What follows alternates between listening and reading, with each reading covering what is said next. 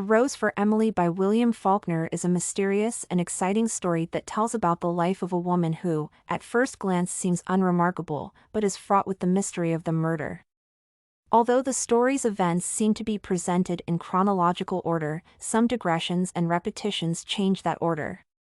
Hence, while the main plot elements of A Rose for Emily are linear, digressions and repetitions in the story allow Faulkner to complicate the story and shape intrigue. In his short story A Rose for Emily, Faulkner uses repetition and clarification of the plot in a linear presentation of events in general, which allows him to create intrigue for the reader. The exposition of the story is a description of Emily's funeral, or rather the interest that they in Emily's house aroused among the townspeople. Faulkner summarizes Emily's importance to the city and reveals that she was a tradition for the locals, despite her strange behavior. At the same time, Emily's funeral also leads to the story's denouement, as their events are described in more detail at the end of the short story. The rising action can be divided into two parallel stories, such as Emily's refusal to pay taxes and the story of her relationship with her father and Homer Barron. On the one hand, Faulkner tells the story that the previous mayor freed Emily from taxes, and the current government tries to cancel this decision but cannot overcome the stubbornness and character of the woman.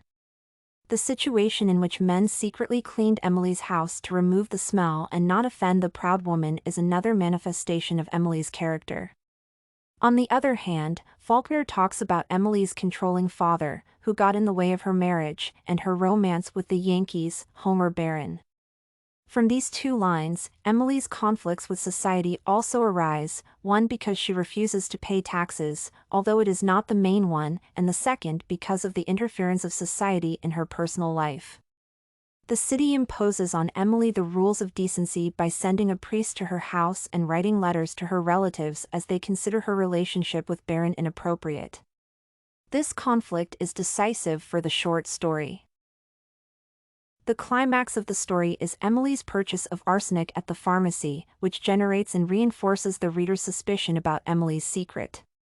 In fact, the climax sentence is, "There was written on the box, under the skull and bones, for rats." Since Emily did not say the purpose of buying the poison, this clarification leads the reader to think that arsenic has a different purpose. In addition, the following action, which reveals that Homer Barron was last seen entering Emily's place, and the previous description of the house stench, nudge readers into thinking that something terrible happened in the house. The further description of Emily's 30 years of a lonely life, which is a falling action, partially reassures the reader with its routine. However, denouement collates all the facts and reveals the main mystery of the story. Homer Barron's badly decomposed body and a lock of Emily's hair are found in Emily's bed. Emily probably poisoned a man who did not want to marry her, fearing society's condemnation and loneliness.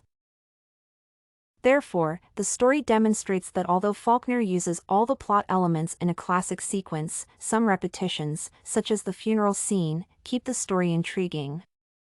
The story begins and ends in one place, although the details revealed at the end give it different meanings. At the same time, the climax of the story is also not evident to the reader.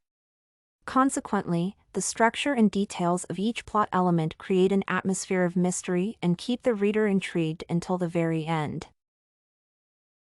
Everything you need for studies, essay samples, writing tools, and tips, you can find at studycorgi.com.